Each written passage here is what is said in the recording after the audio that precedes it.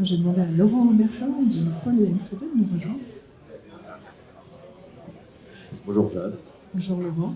Et du coup, en public, félicitations, parce que tu es labellisé phase 5 des pôles de compétitivité. Donc c'est une belle étape et une preuve de votre action. Merci beaucoup. Alors Nico, que présentes-tu aujourd'hui? J'ai vu que vous étiez dans 2 nouveaux projets européens. Voilà. En fait, alors déjà peut-être pour présenter un peu le pôle EMC2. Donc le pôle EMC2 est ce qu'on appelle un pôle de compétitivité. On est une association qui regroupe notamment des acteurs industriels et académiques avec une vocation, c'est d'aider le montage de projets d'innovation. Donc on arrive souvent en amont par rapport à ce que peut faire Proximel sur les technologies existantes pour les diffuser, mais plutôt pour développer effectivement ces technologies. Et on va aider notamment les acteurs à monter des projets, trouver des partenaires et des financements au niveau régional, national, européen, dans une thématique industrie du futur. Donc la robotique en fait partie, mais pas que. On travaille sur les procédés de fabrication, l'intégration du numérique dans l'usine, l'utilisation de l'intelligence artificielle et un certain nombre d'acteurs.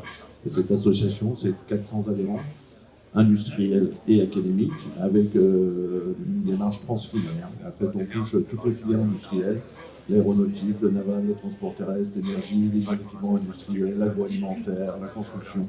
Voilà, donc c'est très très large. Ces belles filières qui fleurissent dans votre région. Exactement. On est une région dans laquelle il y a des usines, on fabrique plutôt des gros trucs et toute la partie procédé de fabrication est très importante. Les développements nécessaires se font notamment avec des acteurs industriels et académiques qui sur le territoire sont aussi très impliqués. Et vous avez une grosse action autour des projets européens. Vous avez une personne qui est détachée à Bruxelles notamment pour accompagner la filière à s'implémenter entre guillemets dans ces projets. Oui, en fait, on voit aujourd'hui qu'il y a des dispositifs régionaux, il y a des dispositifs nationaux, et puis il y a de grandes opportunités de financement au niveau européen, avec un axe qui est important, notamment pour nos acteurs, qui est l'axe Factory of the Future. Et dans cette partie-là, il y a des appels à projets qui permettent de financer des projets d'innovation intégrant des acteurs industriels et académiques partout en Europe. Et on aide notamment les entreprises à monter ces projets. Et puis, comme tu le disais, effectivement, le pôle EMC2 est lui-même impliqué dans les projets européens. Et aujourd'hui, ben voilà, moi je suis venu avec présenter 2 projets en lien avec la robotique, dans lesquels on est impliqué. Le premier s'appelle Acrobat. C'est un projet en fait qui travaille sur les plateformes robotiques avec un objectif de simplifier l'intégration des robots ou des machines. Et donc là, c'est avant tout des acteurs académiques qui développent des solutions. On en est, je dirais, presque sur la fin du projet. Et ensuite, il y a une phase de démonstration avec des cas d'usage industriel pour finalement, je dirais, arriver à développer ces sujets-là et les emmener vers l'industrie. Voilà. Le grand enjeu, je trouve, à chaque projet européen, c'est ensuite comment est-ce qu'on continue le projet et qu'on transfère vers l'industrie. Est-ce que vous avez des accompagnements spécifiques aussi pour pouvoir aider ces projets à maturer et continuer à rencontrer le marché? Alors oui, il existe notamment différentes typologies de projets.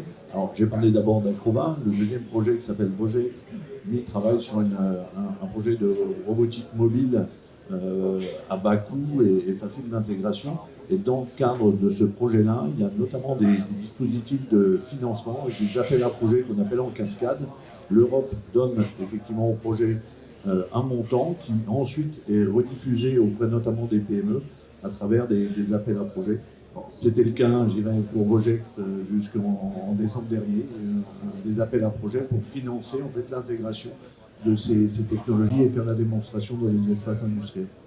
Super, et puis j'espère qu'il y en a eu pour des industriels et des technologies nigériennes. Alors après, on reste sur des projets européens. Je crois qu'il y avait 5 projets qui étaient retenus et on n'en a pas eu cette fois-ci au niveau régional, mais je dirais que c'est le rôle que le pôle porte. En fait, nous, on s'implique dans les projets, on n'est pas des spécialistes des technologies, on a un rôle de communication et de dissémination effectivement des projets, et notamment effectivement de faire savoir que ça existe, et donc du coup d'aider les entreprises à se connecter avec les acteurs économiques. Eh bien, merci beaucoup donc, pour toute connexion avec les acteurs académiques dans votre stand là-bas entre EasyWheel et puis la Lab. Voilà, merci Jade, merci pour l'invitation et au plaisir. À bientôt.